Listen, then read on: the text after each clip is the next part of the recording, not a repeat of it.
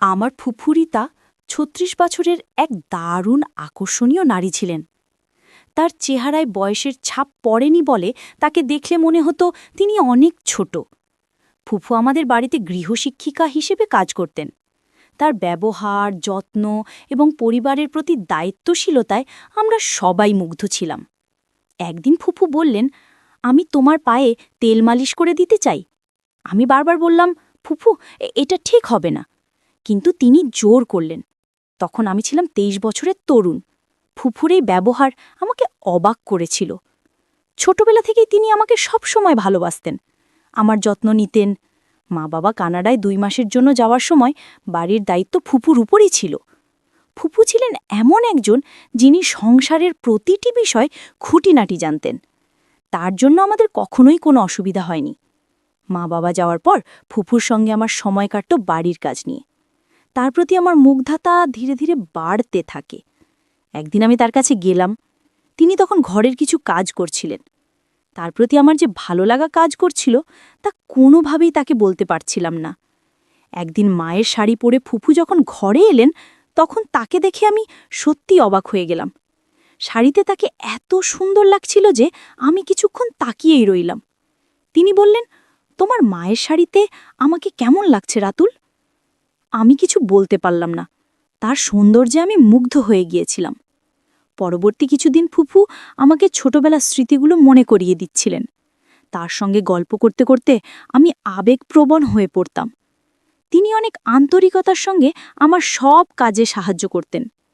একদিন গোসল শেষে কাপড় পরিবর্তন করার সময় ফুফু হঠাৎ আমার ঘরে চলে আসেন। তিনি বললেন, রাতুল, তোমার শরীরে একটু তেল মালিশ করে দিই। আমি বারবার অস্বীকার করলেও তিনি জোর করতে থাকেন। আমি বললাম, ফুফু, এটা ঠিক হবে না। কিন্তু তার ভালোবাসার যত্ন দেখে আমি মুগ্ধ হয়েছিলাম। তবে আমি সবসময় সীমারেখা বজায় রাখার চেষ্টা করতাম। ফুফু আমার মা বাবার অনুপস্থিতিতে বাড়িটিকে যেন নিজের মতোই করে গুছিয়ে তুলেছিলেন। একদিন আমি বন্ধুদের সঙ্গে একটি পার্টিতে যাচ্ছিলাম। ফুফু বললেন, তুমি একা একা পার্টিতে যাচ্ছ? আমাকে তো কখনো বাইরে নিয়ে যাও না। আমি বললাম, ঠিক আছে, আমি তোমাকে বাইরে নিয়ে যাব, তবে ভালো পোশাক পরে তৈরি হতে হবে। ফুফু রাজি হলেন। আমি মায়ের রুম থেকে একটি সুন্দর শাড়ি এনে তাকে দিলাম। যখন তিনি শাড়ি পরে বেরিয়ে এলেন, তাকে দেখে আমি অভিভূত হয়ে গেলাম। তার সৌন্দর্যের আভাস আমাকে মুগ্ধ করেছিল। সেই মুহূর্তে আমি বুঝলাম, ভালোবাসা মানে শুধুই শারীরিক আকর্ষণ নয়, এটি একজনের প্রতি আন্তরিক ভালোবাসা আর যত্ন। তিনি মায়ের ঘর থেকে একটি আধা পরা শাড়ি পরে বের হলেন। সাজগোজে তাকে দেখতে একেবারে মডেলের মতো লাগছিল। তাকে দেখে আমি চোখ নামিয়ে নিলাম। দরজা দিয়ে বের হওয়ার সময় তিনি হঠাৎ দরজার সাথে ধাক্কা খেয়ে আমার উপরে পড়ে গেলেন। আমি লজ্জা পেয়ে দ্রুত সরানোর চেষ্টা করলাম, কিন্তু তিনি তখনও পড়েছিলেন। আমি ধীরে ধীরে তাকে সরে যেতে বললাম এবং কিছুক্ষণ পরে তিনি উঠে দাঁড়ালেন। তার স্যান্ডেল খুলে রেখে আমি মায়ের একটি সাধারণ স্যান্ডেল এনে দিলাম। এরপর আমরা দুজন গাড়িতে করে পার্টিতে যাচ্ছিলাম। পার্টিতে গিয়ে আমার বন্ধুরা তাকে দেখে মনে করল তিনি আমার বান্ধবী। কিন্তু ফুফু তাদের ভুল না ভেঙে বরং সবার সামনে বললেন, আমি রাতুলের বন্ধু। পার্টি শেষে আমি তাকে জিজ্ঞেস করলাম, তুমি কেন এমন করলে? তিনি হেসে বললেন, তোমার বন্ধুরা যখন ভাবল আমি তোমার বান্ধবী, তখন তোমার মুখের অভিব্যক্তি দেখার জন্য আমি নিজেকে তোমার বন্ধু হিসেবে পরিচয় দিয়েছিলাম। যদি এতে কোনো সমস্যা হয় তাহলে আমি দুঃখিত। আমি বললাম, দুঃখিত বলার কিচ্ছু নেই, তুমি যা করেছ সেটাই ঠিক ছিল। এরপর তিনি বললেন, তোমাকে ছোটবেলা থেকেই চিনি, তাই তোমার মনের কথা বুঝতে পারি। আমি মুচকি হেসে বললাম, তুমি আমার বন্ধু হয়েই থেকো। তখন তিনি বললেন, আমাকে তুমি মিতালি বলে ডাকতে পারো, এতে আমাদের সম্পর্ক আরও স্বাভাবিক হবে। যদিও প্রথমে তাকে মিতালি বলে ডাকতে কিছুটা লজ্জা পেয়েছিলাম, তবুও নামটি বলার পর তিনি মুচকি হাসলেন। পরের দিন সকালে আমি কলেজে যাওয়ার জন্য কোন শার্ট পরব তা নিয়ে বিভ্রান্ত ছিলাম। মাকে ফোন দিতে যাচ্ছিলাম, তখনই মিতালি ফুফু ঘরে এসে বললেন, কোন শার্ট পরবে সেটা নিয়ে চিন্তা করছো? তোমার ফুফু যখন আছেন তখন আমাকে জিজ্ঞেস করলেই পারো। তিনি একটি শার্ট তুলে দিলেন এবং সেটি পরে আমি কলেজে গেলাম। বিকেলে তিনি বললেন, তোমাকে খুব ক্লান্ত লাগছে, চলো আজ তোমার মাথায় তেল মালিশ করি। এরপর আস্তে আস্তে আমার মাথায় তেল মালিশ করতে শুরু করলেন। পরদিন সকালে ঘুম থেকে উঠে দেখলাম তিনি আমার পায়ের কাছে শুয়ে আছেন। আমি আতঙ্কিত হয়ে বললাম, আপনি এখানে কেন? তিনি বললেন, আমি শুধু তোমার কাঁধে হাত রেখেছিলাম, আর তাতেই তুমি ঘুমিয়ে পড়েছিলে।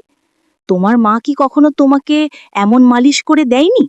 আমি বললাম, আমার মা সব সময় আমার যত্ন নেন, তবে এটি আমার জন্য নতুন অভিজ্ঞতা। মিতালি ফুপু চুপচাপ মাথা নিচু করে বাইরে চলে গেলেন। কয়েকদিন পর বাবা মা বাসায় ফিরে এলেন। রাতের খাবারের পর মিতালি ফুপু রান্নাঘর পরিষ্কার করে নিজের ঘরে চলে গেলেন। আমি সেদিন রাতে তার ঘরে গিয়ে বললাম, আজ আমাদের বেশি কথা হয়নি, তাই তোমার সঙ্গে দেখা করতে এসেছি। তিনি হাসি দিয়ে বললেন, ঠিক আছে, যদি কোনো প্রয়োজন হয় আমাকে বলো, আমি তোমার জন্য এখানে আছি। পরদিন সকাল ৯টার সময় উঠে দেখি নাশতা এখনো তৈরি হয়নি। সাধারণত মিতালি ফুপু সকাল ৮টার মধ্যেই নাশতা তৈরি করে ফেলতেন। রান্নাঘরে গিয়ে দেখি তিনি চিন্তিত মুখে দাঁড়িয়ে আছেন।